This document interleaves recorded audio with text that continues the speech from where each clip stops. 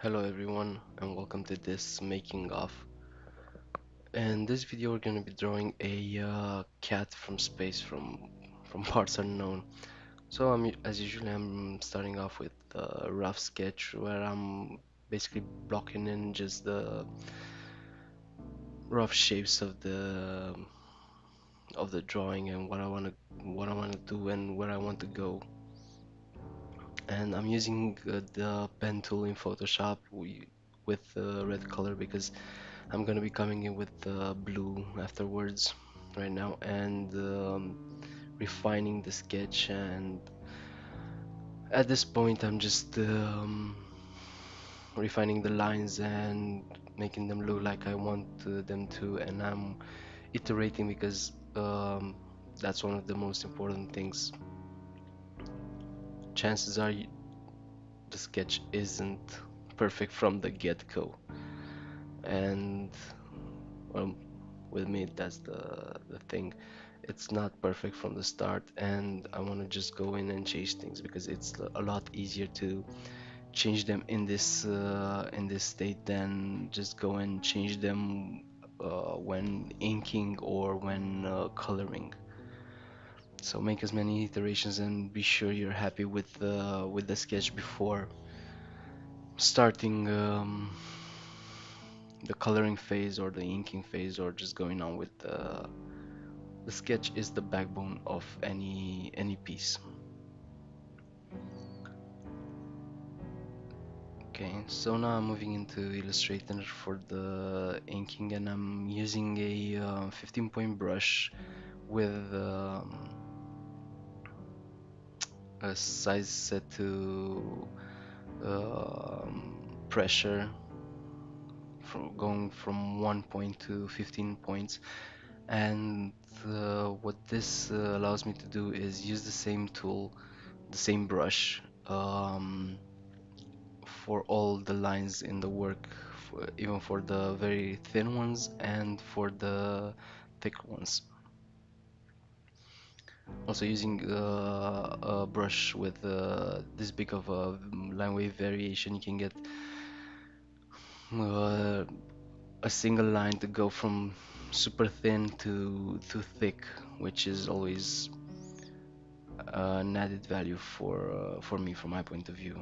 The way I like to work things is just go from very thin to thick and back again, just to make shapes pop out. As you can see, for the outer parts, I was pressing harder on the pen and just to get some thicker lines. And these illustrations, the old school, new school, sorry, not the old school, the new school type of illustration, you can use line thickness just to emphasize some parts and to mark where a certain object is finished. Is Okay, so I'm changing some colors right now for the lines I've already drawn, and I'm going back to Photoshop for the coloring. I used one layer for the cat head and another layer for the ice cream cone, just because I knew I wanted to put some layers in between them. Okay, as far as coloring goes, I blocked in the base color, the local color, using a hard airbrush with opacity set to 100 and without variation, just to get the local color in the base color. And for the shading and color variations, I'm using a textured brush, and I'm using what's known as the color picker method. So I'm going in with the darker tones of color. I'm picking the base color and going in with darker tones of the color until I reach a saturation I'm happy with.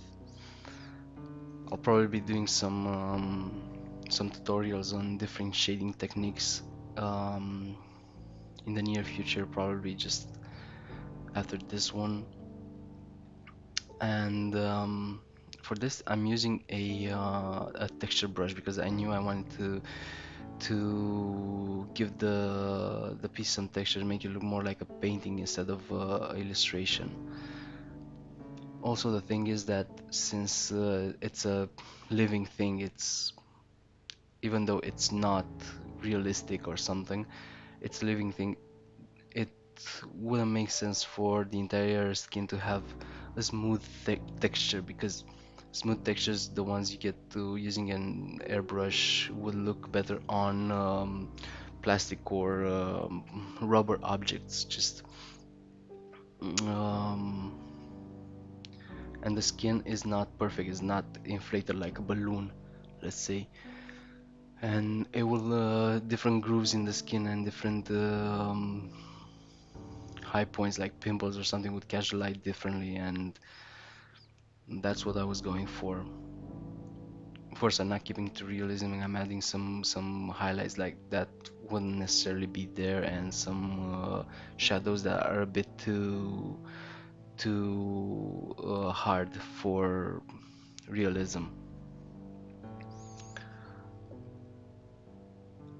As a method, what I'm doing is just taking the base color, um, making it a bit darker, and just adding the first layer of shadow, and then using and then I'm going further towards black, adding a second layer with a smaller brush, and in the third part I'm going with pure black and adding an even smaller brush and adding the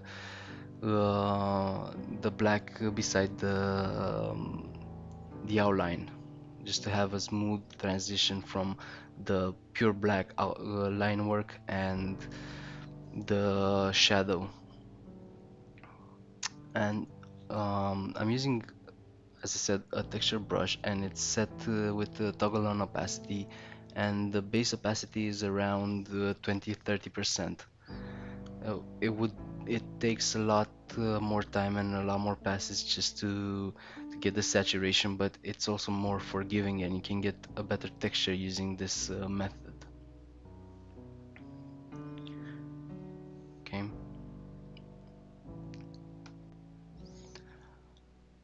In terms of shading, I'm going with the same technique throughout the piece, and I decided just to get the head done because I already knew the color. I had the base color and the shading technique down, and this is me just blocking in. This piece took quite some time because of this technique.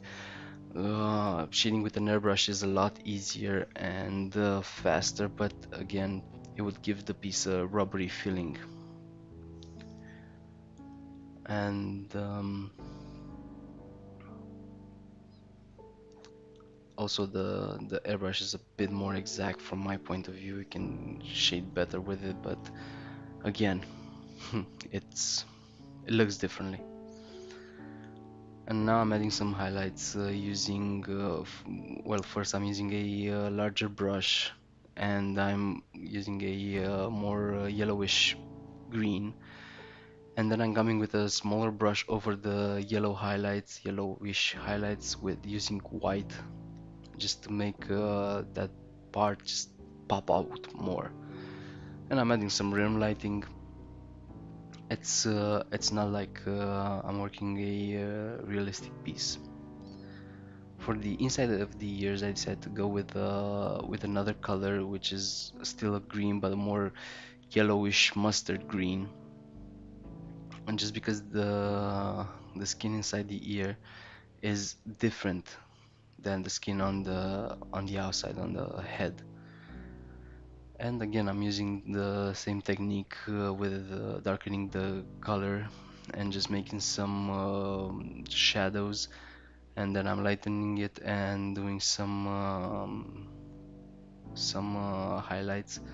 I didn't want to do the shadows inside of the ear using during the line work process, because I knew I didn't want them to be 100% saturated. When in my process, I'm using Adobe Illustrator for the line work, and it's a vector vector-based drawing tools. So what it means, it's not actually the line, it's not rasterized, it's not the line, it's mathematical path. Um, this is good for line work from my point of view, because it gives you those crisp lines. But I knew inside the year I want to go something more fuzzy and just have some variation in saturation and in crispness, let's say like that. Okay, moving in on the snout. I know this is not necessarily correct because I'm using the same color as the inside of the ear, so but the snout should be the same skin as the head, but it works from a illustration point of view. Okay, again with the same technique for shadows and highlights. Okay, so now I'm adding the yellowish highlights, and afterwards I will be coming in with some white over it, and in the end I'm adding some rim lighting. This is not a the realistic way snow will look or catch light, but it works from illustration point of view. And now just to make things a bit more, not realistic but believable, I'm adding some bezels around the whiskers, because it wouldn't make sense just for them to pop out of the skin without casting some shadow or something.